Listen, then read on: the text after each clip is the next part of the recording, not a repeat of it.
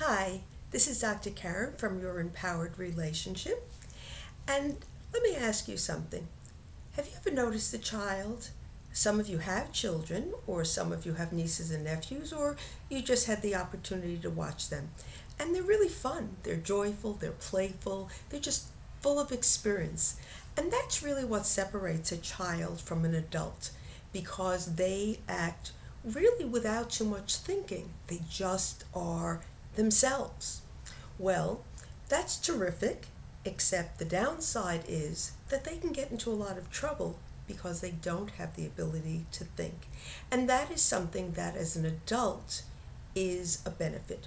We can think about things, we can weigh decisions, we can consider all sorts of possibilities. And that's why we need adults to help guide and structure the child's experience. Well, I believe that within each one of us, there is a child part, an experiential, an emotional, irrational part, and an adult part, a clear thinking part of each of us.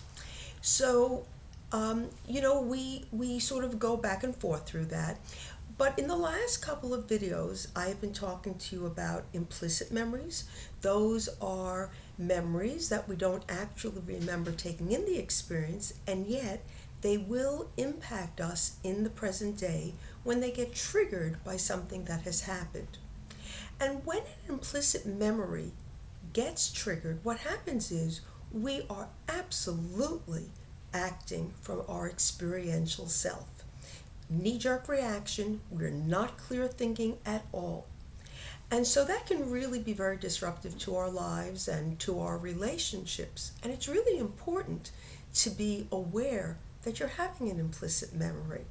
Because if you want to make a change, the very first step is being aware. You can't make a change unless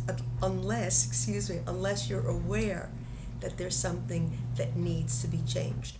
So I've mentioned it in previous videos, but let me just remind you that to me, here are the 3 red flags of an implicit memory. They happen in a nanosecond. They are very, very intense, and you can't seem to let go of it.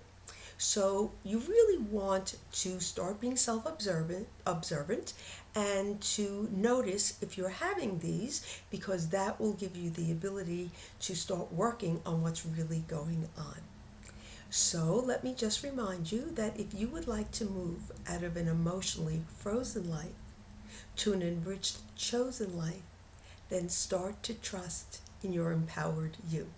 This is Dr. Karen from Your Empowered Relationship, and I'll see you next time.